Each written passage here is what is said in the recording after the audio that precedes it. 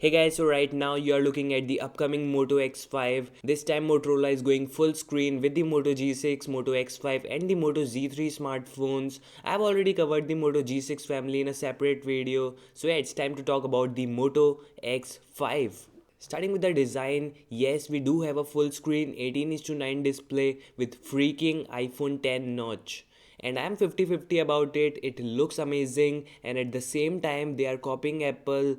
So I really don't know what to say, but it definitely looks great. And I hope that notch doesn't create any obstacles while watching movies or playing games. Next major change is the dual front cameras. Just wow. I think this is going to be an amazing phone for selfie lovers and definitely better than Oppo and Vivo. I hope this time Motorola implements portrait mode and other features to the camera application.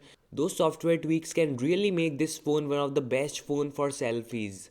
So we also have the full Motorola branding, and as I said in the Moto G6 video, no more Moto or Lenovo Moto, it's full Motorola. Now talking about the fingerprint sensor, it's not on the rear, it's not on the front, and it's not on the display. I think I'm clear, it's not anywhere.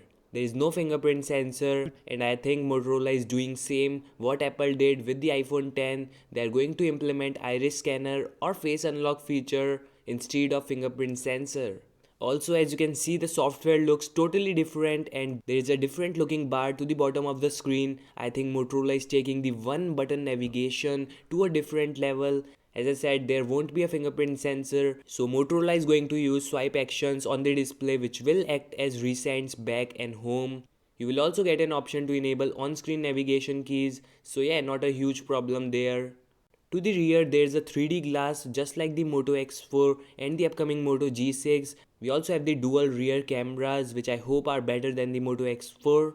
There is nothing known about the specifications, but I think Motorola is gonna implement a latest mid-range processor, at least 4/6 GB of RAM, IP68 water and dust certification, and a huge battery. So that's all guys, I really wanted to know your thoughts on the Moto X5, so make sure to comment down below. Also thanks for watching this video. I would really appreciate if you hit that like button and subscribe for more news. Peace out.